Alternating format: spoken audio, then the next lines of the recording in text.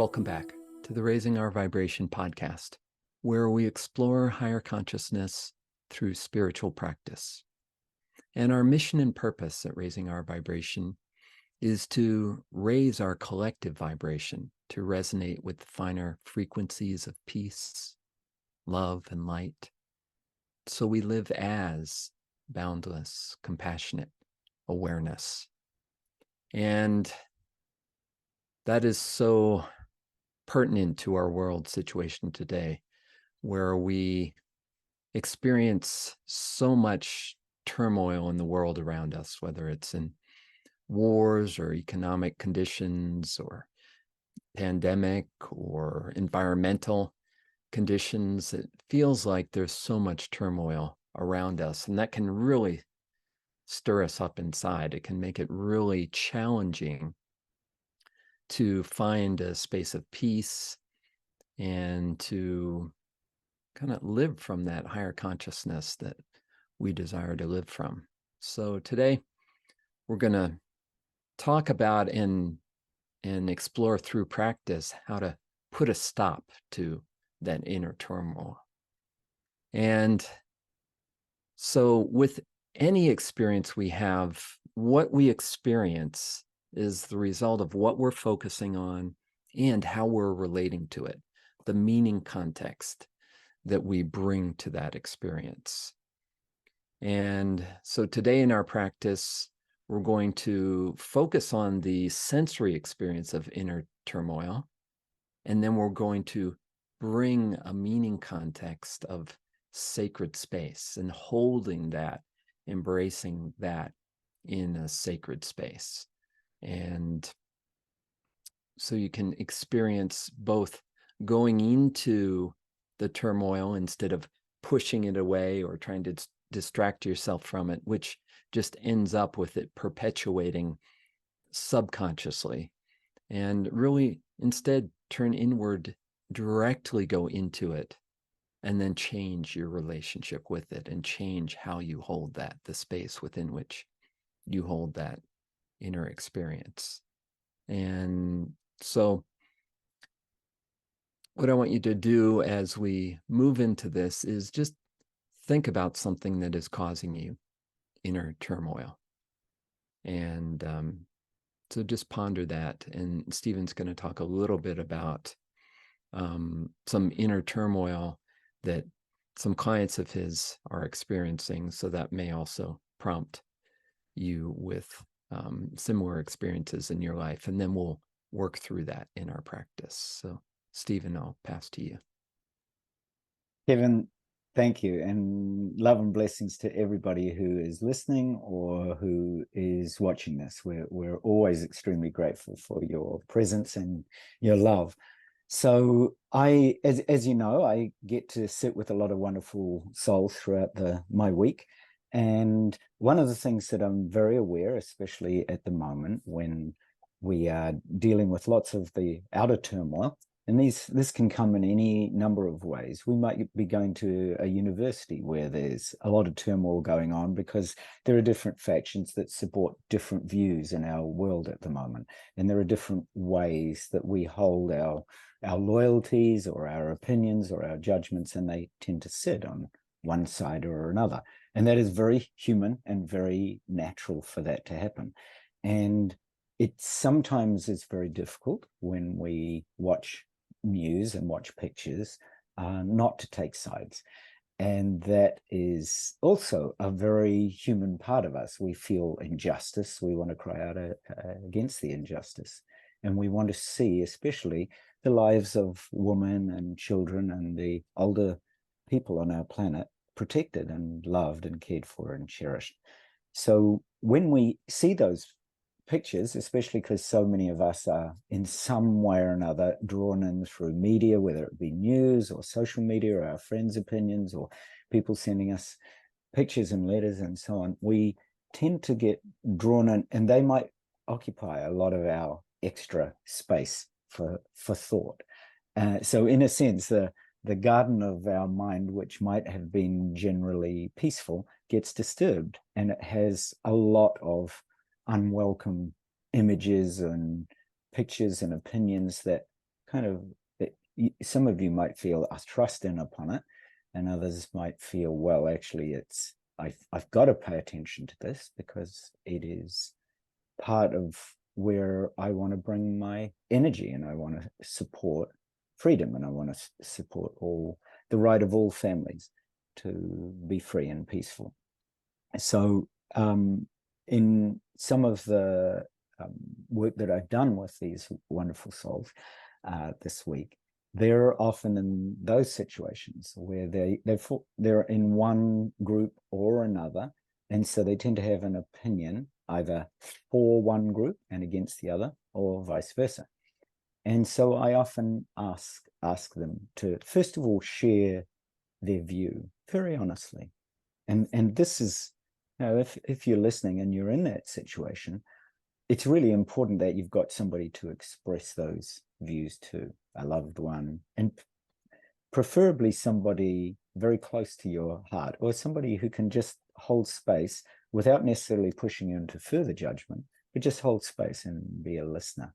And if you don't have that person very close to you, I always advise people to write it down. And in one particular case, I asked the person to record it, just because actually when you get all that stuff off your chest, it can be very, very therapeutic and very helpful. So I always encourage people first. So I simply always listen to that, listen to the tension, because you've got to explore where the tension is in your body and where it arises, and actually be okay with it, which is what Kevin's going to be guiding you into. And then I ask the person, where was a time that they felt really nurtured and safe, right? Because often when we have this bombardment of media and text and images, it can leave us in our body feel very unsafe, because we can put ourselves in that situation very easily. And as human beings, that's part of the natural flow of our human beingness, is that we can be with a particular situation. So we empathically feel into it. And so we, all those images, all those tensions, especially the sound, if you put on, without any images, if you put on the sound of a child in pain, in great pain, it'll deeply move you. It is one of those, very challenging psychological moments where every human being on this earth wants to protect a child who is wounded or in pain or suffering. So the images, and particularly, I would say, the sounds, are with us all the time at the moment. And so I asked these great souls, where do they feel most nurtured and safe? And they often describe going back to a time in life, and it's tends to be one of a few things. In their adult life, because we're obviously talking about some of these situations with suffering of children and families, they often go back to a time in their life when they felt really nurtured by their children. And this can be the first moment when they held their newborn baby in their arms, or if you're not a mother or a father, the first moment when you held a nephew or a niece, when they're very little, the little, very vulnerable infant, or the very first moment that maybe you took a walk with, a cousin, nephew, whatever it happens to be, or niece, when they're very little and they can't quite walk, and you're there to help them. Right? It's that beautiful moment. So they often describe that, or they describe their own moments, when they were very little and were supported by somebody, often a loving parent or grandparent or relative or friend. So those particular moments are really poignant. So if I'm, as I'm speaking to you, I'm bringing up one of those moments, then just be with that for a moment. And they often describe, I get people to describe the environments, where were they? And quite often it's things like, I was out in the park that I remember, just on a very, very peaceful day. So the whole environment, the whole space becomes very sacred and really touches that space of safety and being nurtured, and being looked after, and being free of any inner turmoil. Because in those moments, when you really look, there is no inner turmoil. There is just that sacred, nurtured, loving space of that moment when you are really with, so being with the heart of a child in whatever way, a relative, friend, baby, child, grandparent, whatever it was. There's that heart of a child awoken in you, and that in itself is a very sacred place and a sacred garden as well. So part of the practice that I'm going to do, Kevin, will be guiding us into that very sacred place, sacred environment where we're free of that inner turmoil. So I'm going to pass back to you now after that very brief description, because I think it's quite helpful. I think most of everybody listening to this can relate to that from one perspective or another. So I want to really honor whatever you're doing to support this, and remembering that we are ultimately supporting the unity and peace and freedom from inner turmoil of all families and all children and all mums and dads. All right, back to you, Kevin. Thank you, Stephen. Well, let's move into this practice now and find a comfortable seat wherever you are, and lightly close your eyes. And just take a moment to be present where you are. This feeling presence in your body.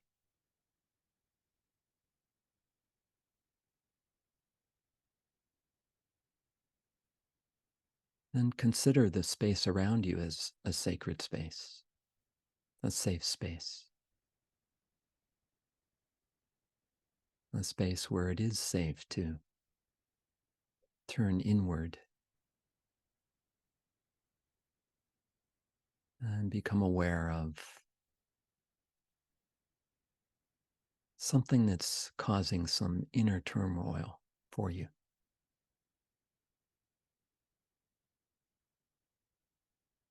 So just consider anything that comes to mind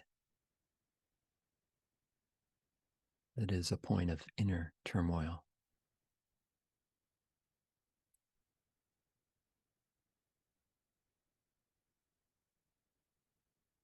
So you might normally want to push that away or not look at that or distract yourself from it. Let's see if now, just for a few moments, you can approach this with kindness and compassion for what you feel inside.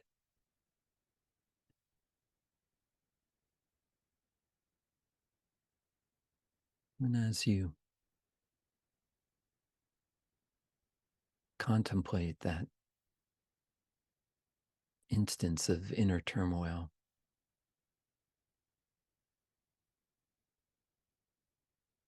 choosing one thing to focus on, one instance of inner tension. See if you can locate that within your body or energy field. So where does that seem to reside? Does it have a specific location? Just allow that to arise.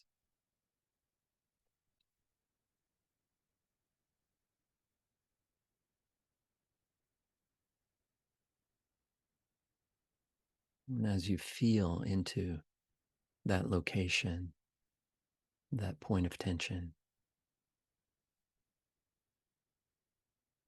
just notice if it has a shape to it.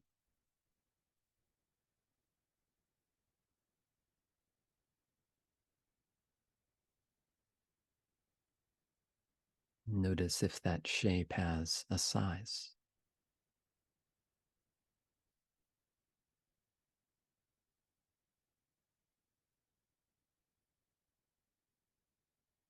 Notice If it has a color,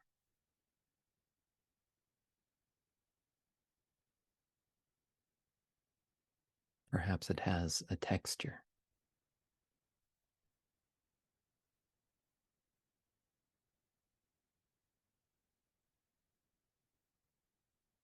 It may even have a smell or a taste, or have a sound associated with it.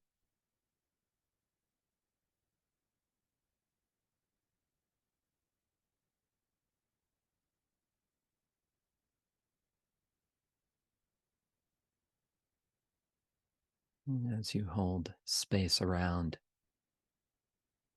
this point of inner turmoil, just ask it what it wants to tell you. Allow it to express.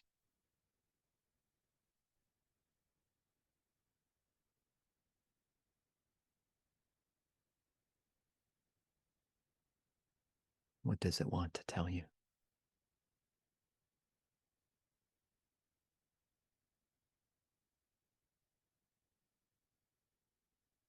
Allow it to speak freely.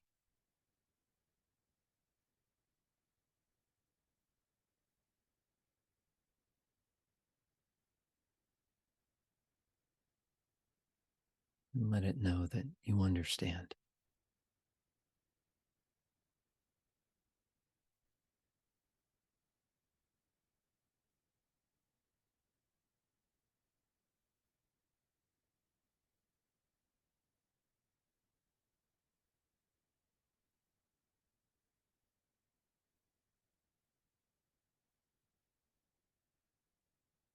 And as you listen and feel into this expression of inner turmoil,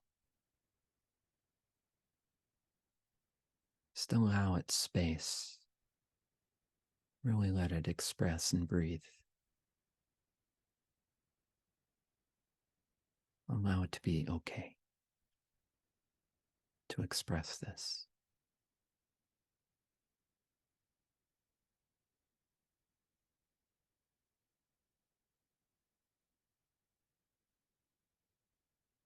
Be that good friend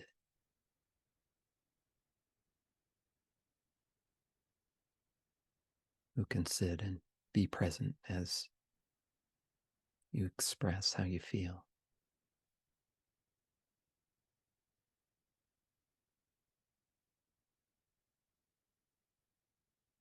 Notice what happens as this turmoil is allowed to express, just as it is, without editing.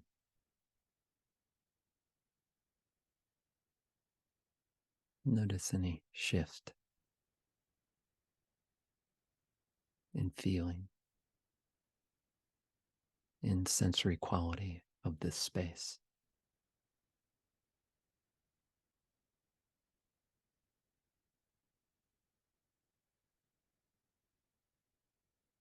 And Stephen will guide us to hold this in a sacred space.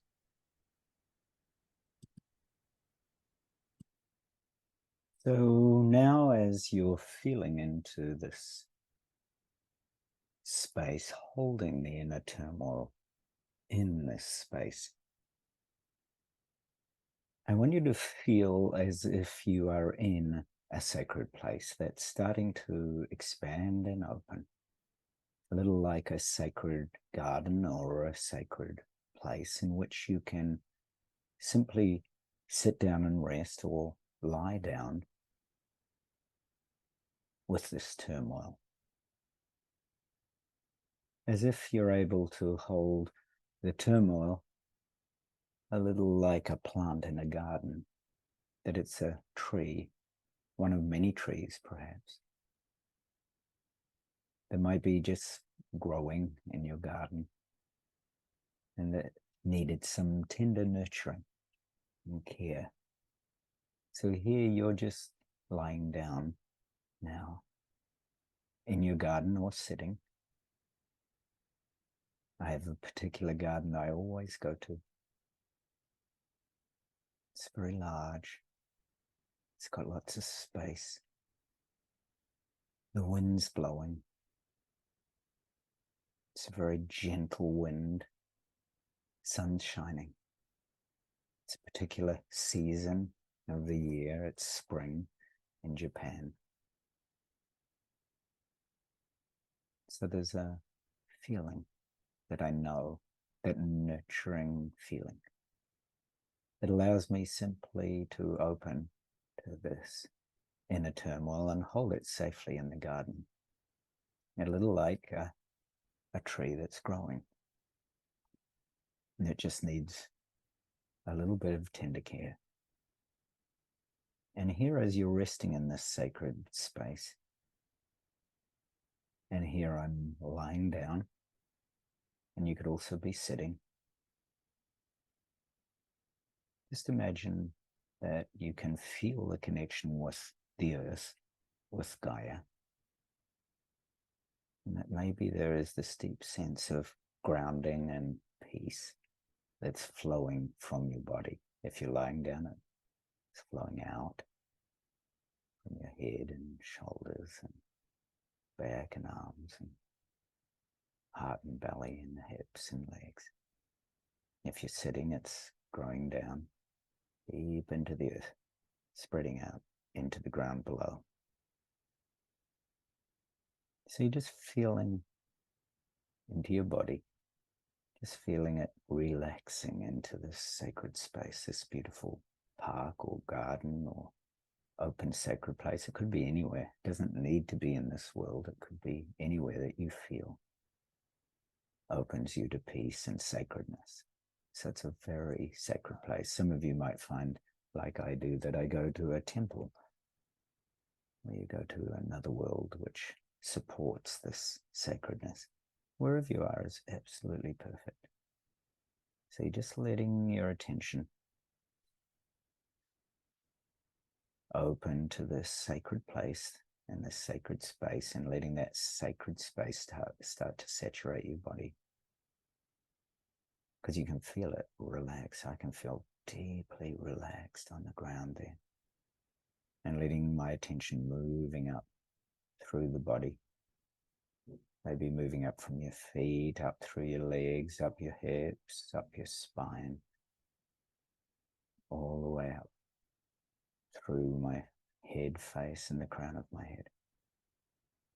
And all around me now, as I'm lying or as I'm sitting, I can feel this reaching up and opening up into the sky all around me, because it's a very blue sky. It's very vast. It's very open.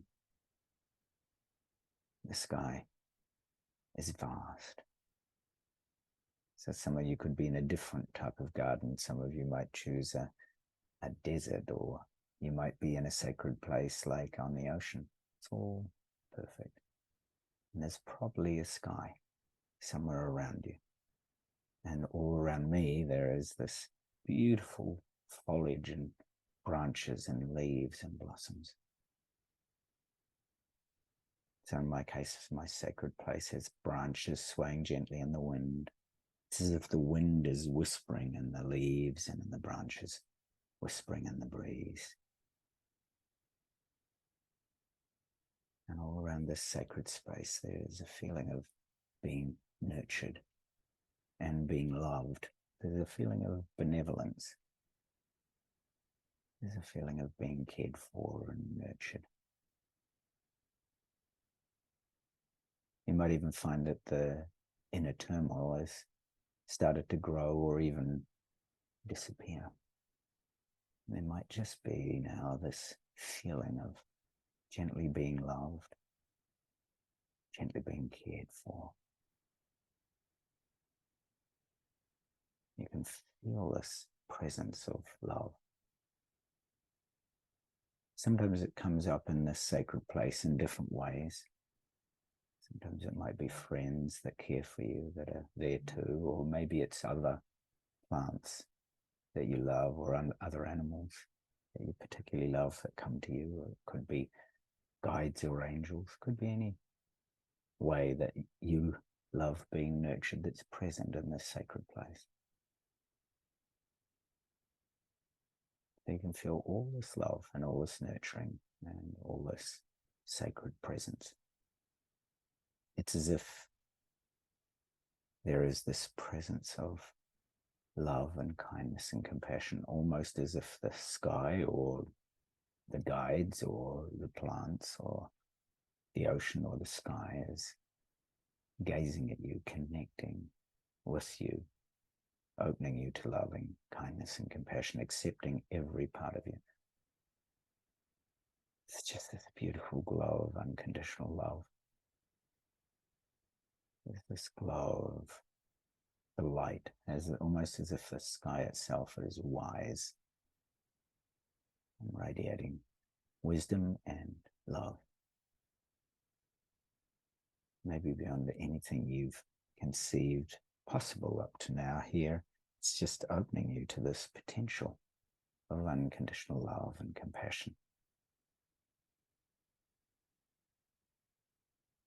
And gradually this love and this wisdom flows into you, almost as if the breeze or the sunshine or the light from the sky has a form that slowly enters you. It might enter you from the crown or into the crown if you're sitting, or it might enter your whole body if you're lying down. Whichever way it does, it fills you up. This sacred presence sitting in this sacred space opens you to this light, this love that gently enters your crown, fills your head, fills your neck and shoulders and chest, flows down your arms, filling your hands and fingers, flows into your diaphragm, your belly, your abdomen, into your hips and thighs, into your calves and ankles, into your feet and toes. Your entire body is just filled with this golden light of love and wisdom. And so now you just rest completely back. You just rest into this beautiful garden, this beautiful space, this sacred place. And you continue to receive this warm, radiant light into every cell of your body, into every part of your body, heart and mind. And you receive it into your inner turmoil. You receive it into the parts of yourself that might be contracted or in inner turmoil, into any doubts, into any resistance, into your sense of things not being enough. You really, really receive this light, this sacred place. And you let this light flow through you, and then out into Gaia herself, into the earth below you, to the garden, into the desert, into the ocean, the world, wherever you are. You let it flow and saturate even your environment all around you. You even let it flow out to all those people that you might want to bring kindness and compassion and love and wisdom to that are suffering. You might want to share it with loved ones, with even those in your own life that maybe you haven't got on so well with. You want to bring them that same love and kindness and compassion. You want to extend it out to all those people and families that are suffering all over the world. You want to bring it to the animals that are caught in any of this struggle. I want to bring it to nature that's caught in any of this struggle. I want to let any separation between yourself and this beautiful, sacred presence dissolve. So now just let go completely.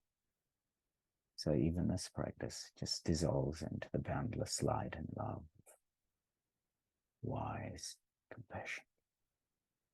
You just let go of all effort. And you allow this open, flowing, loving, unconditional, boundless compassion. This open, spacious compassion to meditate you in silence and stillness for just a few.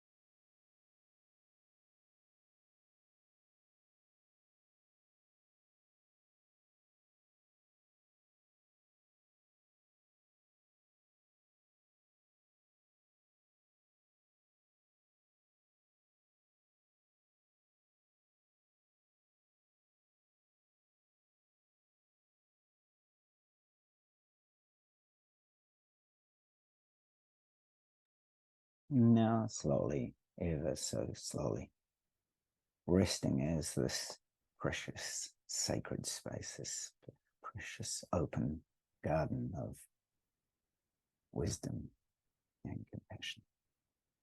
Notice how as your compassion and unconditional love spreads through the universe, it brings compassion that flowers, bears fruit in others. And then there becomes no other, no doer, and only what is open, boundless, spacious, love and compassion, always. So with that, I will hand gently, with much sacred presence and gratitude to Kevin for that beautiful guidance into this garden. Kevin, I'll pass back to you. Thank you, Stephen, for that beautiful practice. And just notice now, as you tune into that inner turmoil, just notice the quality of compassion surrounding it and infusing it. Notice how that brings a different relationship with what's happening inside and all around you. And bring that with you into all your interactions. Notice how that changes not only how you feel, but changes what happens in life. Thank you always for joining us in practice. And if you'd like more information on meditation and awareness practices like this, you can visit raisingourvibration.net. And there you'll learn about the ROV meditation app and the Raising Our Vibration book, our online courses, and our meditation community. We'd love to have you join us in our community practices. So until next time, love and blessings to all. Bye for now.